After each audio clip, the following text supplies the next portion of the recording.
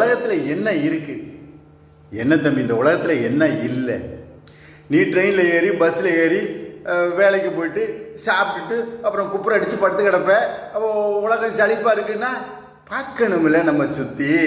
பாரதிதாசன் அப்படி ராத்திரி நடந்து போயிட்டே இருக்கிறாரு. அப்படி பார்க்குறாரு, நிலா தக்க தக்க தக்க தக்கன்னு வெளியில் வருது. அது என்ன பண்ணுது?